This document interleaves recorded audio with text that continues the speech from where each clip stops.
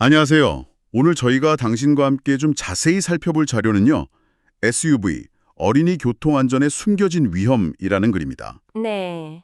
요즘 도로에 나가보면 SUV 정말 많이 보이죠. 아, 정말 많죠. 자료 보니까 2024년에 국내 판매 차량 10대 중 거의 절반, 거의 5대가 SUV였다고 하더라고요. 네, 거의 절반이라니 엄청나네요. 그러니까 대략 한 16만 2번 대 팔렸으면 그중 80만 대 정도가 SUV였다. 뭐 이런 추정인 거죠. 와, 이게 공간도 넓고 뭐 운전도 편하고 하니까 특히 이제 아이들이나 손주들 태우기에 참 좋다 이렇게 생각하실 수 있잖아요. 네, 맞아요. 그런 장점 때문에 많이들 선택하시죠. 근데 오늘 저희는 이 편리함 뒤에 좀 가려져 있는 문제, 특히 어린이 보행자 안전에 대한 문제를 좀 깊이 들여다보려고 합니다. 네, 이게 사실 많은 분들이 미처 생각하지 못하실 수 있는 부분이에요. 차량의 어떤 크기나 디자인이 주는 그런 편안함 있잖아요. 그렇죠. 근데 그게 때로는 바깥에 있는 보행자, 특히 이제 몸집이 작은 어린이들한테는 조금 다른 의미가 될 수 있다는 거죠. 차량의 물리적인 특성이 안전에 미치는 영향을 좀 꼼꼼히 따져볼 필요가 있습니다. 그렇군요. 그럼 바로 본론으로 들어가서 SUV가 구체적으로 왜 어떻게 어린이에게 더 위험할 수 있다는 걸까요? 그 자료에서 핵심으로 짚는 게 있던데요. 바로 보닛 높이. 맞습니다. 바로 그거예요. SUV는 아시다시피 구조적으로 일반 승용차보다 그 보닛, 엔진 덮개 부분이 좀 높잖아요. 네, 확실히 높죠. 이 높은 보닛이 운전석 바로 앞의 시야를 가리는 이른바 전방 사각지대를 만들 수가 있어요. 근데 이게 키가 작은 어린이들에게는 정말 치명적일 수 있다는 겁니다. 사각지대요? 네, 어떤 실험 결과를 보니까 정말 좀 충격적이던데 운전자가 차 바로 앞 한 1m 거리에 아이가 서 있는데도 전혀 인지를 못하는 경우도 있었다고 해요. 1m 앞이요. 바로 코앞인데? 그렇죠. 보닛에 완전히 가려져서 그냥 안 보이는 거죠. 와, 그건 정말 아찔한데요?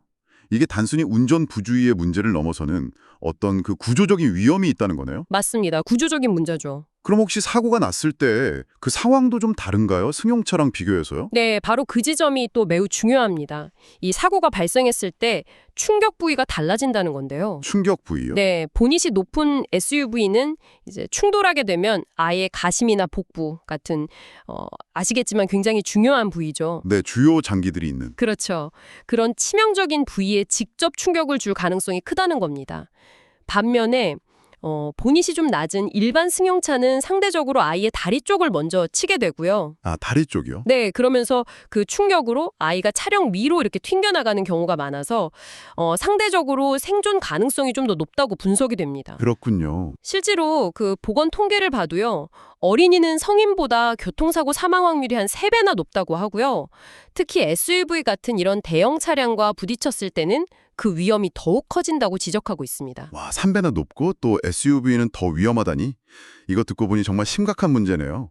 그냥 나는 안전운전하니까 괜찮아 이렇게 생각할 게 아니군요. 그렇죠. 차량을 선택하는 그 단계에서부터 이런 구조적인 위험 요소를 좀 고려해야 한다 이런 말씀이시네요. 맞습니다. 바로 그겁니다. 그래서 그 자료에서 본인 높이 기준으로 뭐 85cm 이런 걸 제시하는 건가요? 네, 그렇습니다. 전문가들이 이제 본인 높이가 한 85cm 이하 정도는 되어야 운전자가 차량 바로 앞에 어린이를 좀 인지하는 데 도움이 되고 또 아까 말씀드린 사고 시 충격 부위 측면에서도 상대적으로 안전하다고 조언하는 거죠. 아하, 85cm? 네, 물론 이게 뭐 절대적인 기준은 아니겠지만 그래도 중요한 참고 지표는 될 수 있겠죠. 특히 이제 손주들 자주 태우고 다니시는 시니어 운전자분들 때는 이게 더 현실적으로 다가올 수 있는 이야기입니다. 네, 맞아요. 저도 뭐 저희 조부모님들 생각하면 손주들 안전 진짜 얼마나 신경 쓰시는지 아는데 이런 정보는 꼭 아셔야 할 것 같아요. 정말 그렇죠. 그래서 이 문제를 좀 더 확장해서 보면요. 이 자료에서는 사회를 오랫동안 이끌어 보신 그런 경험과 지혜를 가지신 시니어 세대가 이제는 생활 안전 수호자로서 중요한 역할을 할 수 있다. 뭐 이런 제안도 합니다. 생활 안전 수호자요? 표현이 되게 인상적이네요.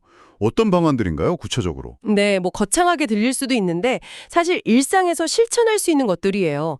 우선 차량 구매 단계에서부터 좀 달라져야 한다는 겁니다. 구매 단계부터요? 네, SUV를 만약 고려하신다면 그냥 디자인이나 편의성만 볼 게 아니라 방금 얘기한 본인 높이라던가 전방 시야를 좀 꼼꼼히 확인하는 습관이 필요하다는 거죠. 네네. 미리 확인하는 거군요. 그렇죠. 그리고 물론 운전 습관도 중요합니다. 당연한 얘기지만 어린이 보호구역이나 뭐 좁은 골목길 이런 데서는 무조건 천천히 가고 또 잠시 멈췄다가 출발할 때는 반드시 좌우를 다시 한번 살피는 습관, 이걸 굉장히 강조해요.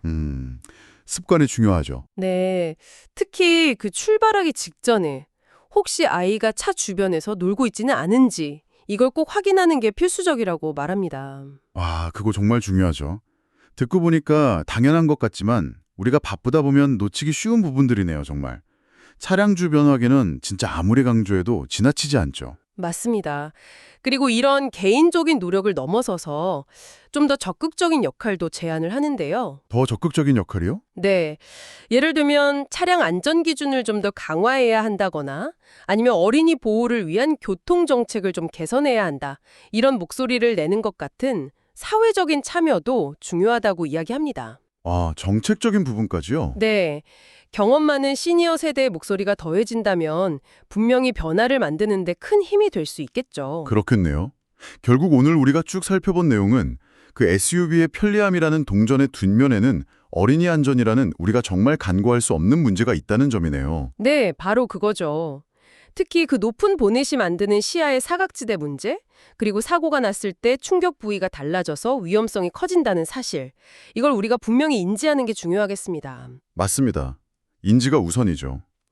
그리고 자료가 던지는 메시지처럼 내가 타는 이 편리한 차가 누군가의 소중한 아이에게 위협이 되지 않도록 우리 모두 특히 경험 많은 시니어 세대가 좀 더 관심을 갖고 행동하는 것이 필요하다는 점을 다시 한번 생각하게 됩니다. 네. 여기서 우리가 한 걸음 더 나아가서 좀 고민해볼 질문을 던져볼 수도 있을 것 같아요. 어떤 질문일까요? 이런 개인의 차량 선택이나 운전 습관 개선 이걸 넘어서서로 SUV처럼 점점 더 커지는 차량들이 도로를 계속 채우는 이 시대에 우리 사회의 가장 약한 보행자들, 특히 어린이들을 보호하기 위해서 과연 차량 설계 기준이나 아니면 도시의 도로나 주차 공간 설계 같은 것들은 어떻게 함께 발전해야 할까요? 아, 차량과 도시 설계의 조화. 네. 이것이 어쩌면 앞으로 우리 모두가 함께 풀어가야 할 좀 더 큰 숙제가 아닐까, 뭐 그런 생각이 듭니다.